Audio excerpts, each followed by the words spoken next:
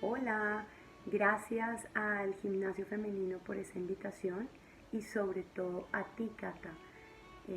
Soy Luisa Blanco, soy psicóloga y psicoterapeuta y les quiero compartir una serie de pensamientos que he tenido, de reflexiones y sobre todo unos lineamientos que para quienes me conocen, mi profesor Giorgio Nardone en Italia ha estado impartiendo para todo el tema del coronavirus en la parte pues, emocional. Lo primero es que creo que todos nos estamos enfrentando a un enemigo desconocido. No conocemos el coronavirus, no conocemos los médicos, su curso clínico, hasta ahora lo están empezando a conocer. Con lo cual todos nos estamos enfrentando a una emoción de base que sentimos todos, que es el miedo. El miedo en este momento no quiero que lo veamos como un enemigo, sino al contrario, como un amigo que nos salva la vida. Si no tuviéramos miedo, estaríamos todos afuera, en el Transmilenio, en el trabajo, en el colegio, en el kinder, con lo cual no ayudaríamos a combatir esto. Entonces, fíjense que un poquito, una pequeña dosis, una pequeña cuota de miedo nos salva la vida. ¿Dónde está el problema? Cuando ese miedo nos bloquea, cuando ese miedo nos paraliza y se empieza a transformar de miedo en ansiedad, en pánico y en angustia. Esa es como la cadena. Entonces, la ansiedad, valga el espacio para aclarar, que tampoco debe ser tomado como un fenómeno negativo desde el inicio, porque la ansiedad de alguna manera la puedo gestionar, puedo hacer algo con ella, puedo volverme mejor, puedo una cantidad de cosas. Con la angustia no. Si la ansiedad pasa a la angustia, es como esta condena que siento, este hueco en el estómago, todo va a ir mal y de esta no vamos a salir. Entonces lo que tenemos que evitar es pasar del miedo al pánico y de la ansiedad a la angustia. ¿Cómo? Con una cosa súper sencilla, no súper sencilla, pero aparentemente sencilla, y es evitemos hablar de forma compulsiva de esto. Sé que es difícil porque a todos, absolutamente a todos nos está afectando este tema. Para todos está siendo difícil, todos tuvimos que de alguna manera cambiar, cambiar absolutamente toda como la vida y las rutinas, pero si hablamos del problema se genera un efecto que es un efecto paradójico, en donde entre yo más hablo del problema, creyendo que me libero y me descargo, en ese mismo momento más lo alimento. Cuando uno le pregunta a una persona, bueno, cuando tú hablas de esto, ¿te sientes mejor o te sientes peor? Por lo general le contestan a uno, me siento mejor porque me libero. Pero no se dan cuenta, repito, que en ese mismo momento que se liberan, en ese mismo momento se aumenta el problema. Entonces, ¿cuál es acá como la idea? Evitemos hablar de forma compulsiva del problema para evitar llegar a la angustia, ¿sí? Y al pánico que nos bloquea y que nuestro yo como que se diluye en ese pánico. ¿Cómo hacerlo? Es imposible no hablarlo porque es algo que nos está salpicando a todos como humanos, pues como humanidad. Entonces, él nos dice, miren, háblenlo en espacios reducidos, en espacios muy concretos, en donde usted se pueda sentir escuchado, en donde uno se pueda sentir escuchado, pero no alimentado, es decir, comprendido, pero no alimentado. Por otro lado, evitemos buscar información de manera compulsiva.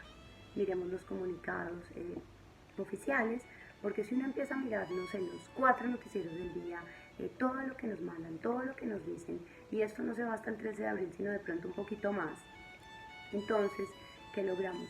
Uno, pasar del miedo al pánico y de la ansiedad a la angustia, donde me bloqueo, donde se me bajan las defensas, donde probablemente el cortisol aumenta y en todo este círculo me puedo enfermar. Y lo último que necesitamos ahorita es ir a un médico, sino estar en la casa, comiendo bien.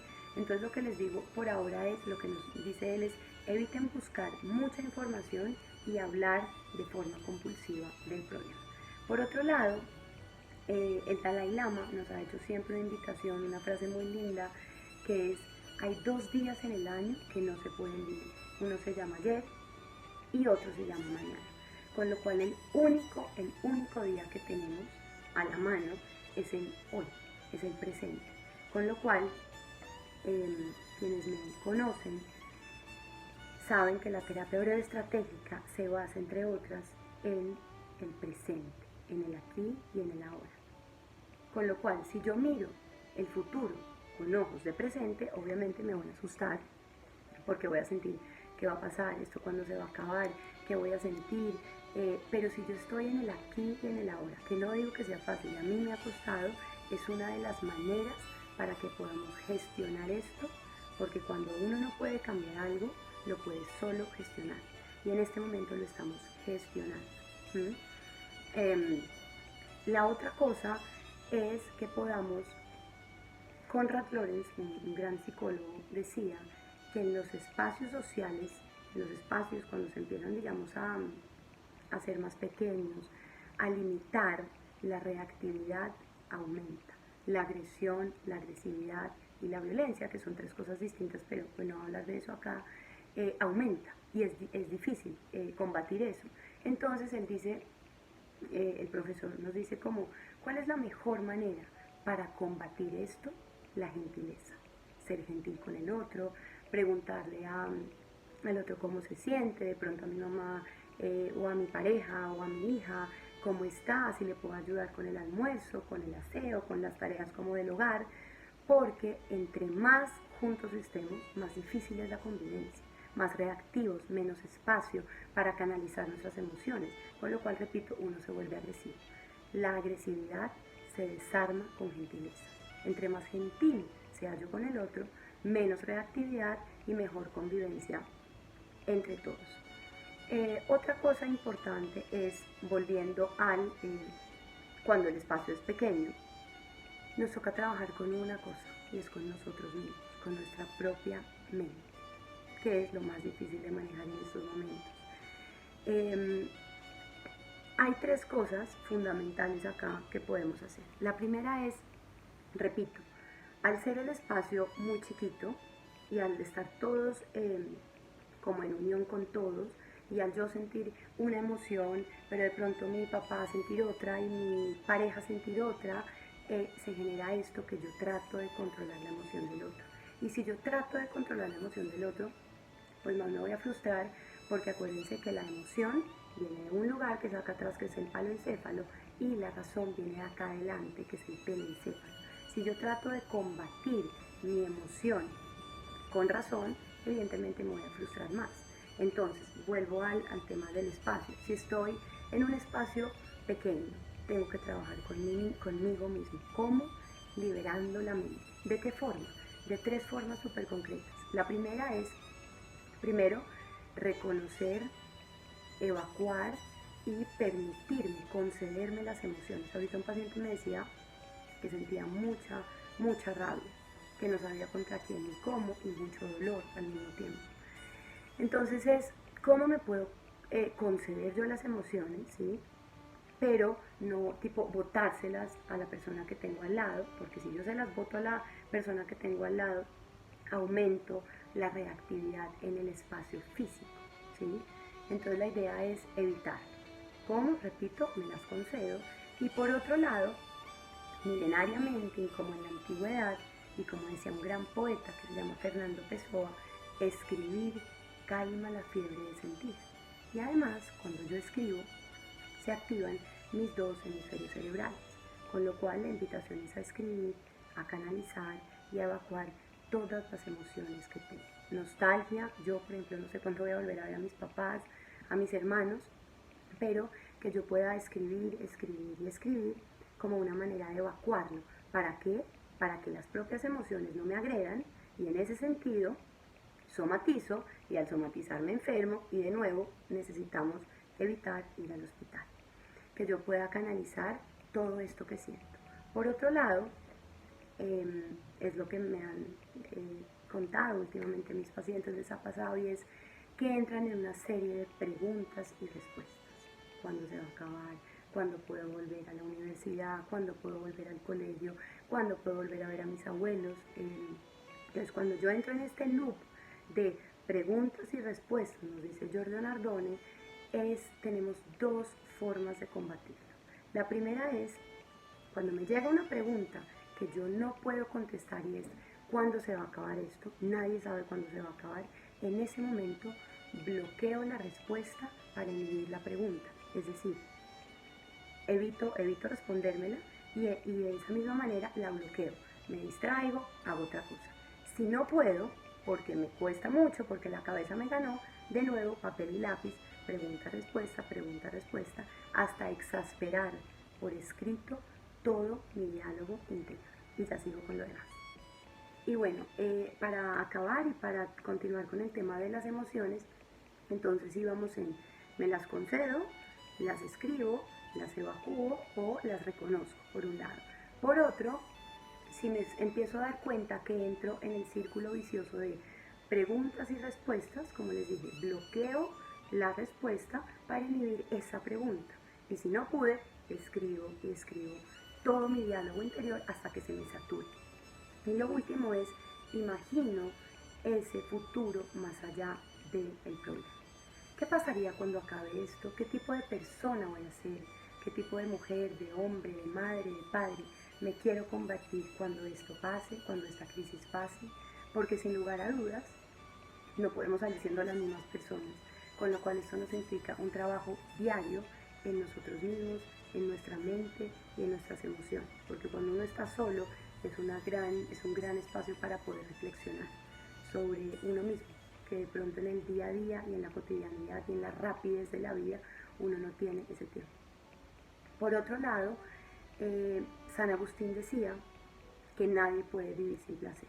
Es imposible que vivamos sin placer. Entonces, tengamos un pequeño placer diario, que no es muy fácil porque de pronto no lo puedo hacer afuera o con mi familia o con mi pareja o con X personas. Lo busco adentro, en la casa, pero tengan un pequeño placer diario, algo que les guste, salir a la terraza, hacer ejercicio, yoga, meditación, rezarnos. Decía el profesor que por su propia, digamos, estructura hace que uno al estar como en un estado, digamos, como de trance pueda calmarse, puede estar más tranquilo y así mismo tener un placer. Es decir, hay muchas cosas, pero busquen un pequeño placer al día, con comida, con chats, con videollamadas. Yo he hecho con mis amigas videollamadas, bueno, con mi familia. Y por otro lado, creo que hay algo fundamental y es cultivar la paciencia como la más grande de las virtudes.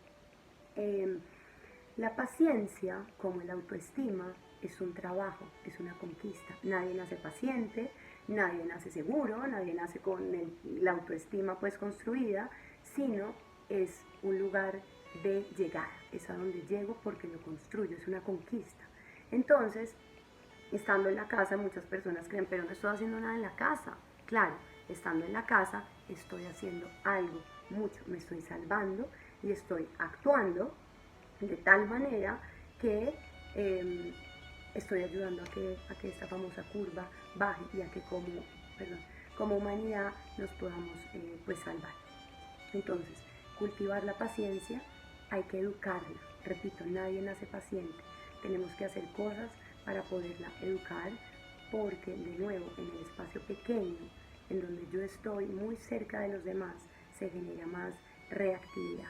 Si yo soy paciente, en vez de reaccionar, reacciono pero generosamente con mis familiares o las personas con las que vivo. Por otro lado, algo muy importante es una pregunta que yo creo que todos nos hemos hecho, y es esto: ¿cuándo acaba? No sabemos, nadie sabe cuándo acaba. Buda decía que la búsqueda de certezas nos lleva a la incerteza.